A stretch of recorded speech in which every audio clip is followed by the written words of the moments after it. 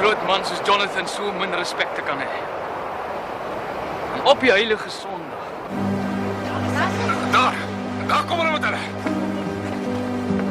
Die bord is nou vrydag hier. Jy wou nie waar jy gehoor.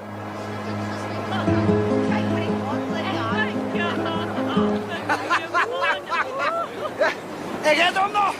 Wie sê? Hey Kokkie, wat op man? Ek bring hom van doen ver af. My magtig trein. Jou gee my ons hier gesig, wat op? Skaam jy jou nie, Jonathan Spiegelaar? Voor die mense.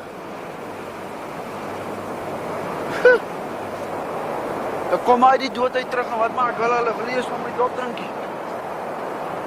Waar sy's? Sy's!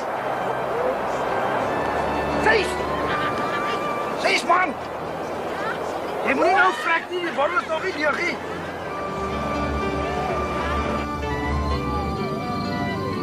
Jy hoor jou te skaam, Jonathan. Maar ek skaam my mos man, loop my so te kastei. Ek is ouer as jy en ek het 'n vrou en 'n kind. Ja, jy dame hoort jou soveel meer te skaam. Jy ken my mos, Stefus. Jy weet hoe ek is. Ek het my nie self 'n swiegelaar gemaak nie. Ons bloed is net te warm. Jy dink is van sleg. Dis nie van sleg nie. Die son kom net in die oggend op en dan voel jy lus om die wêreld so slag aan die ster te gryp en 'n paar ruk en 'n paar klappe te gee dat hy weer 'n bietjie anders kan lyk. Jy leer om jouself te beheer, Jonathan.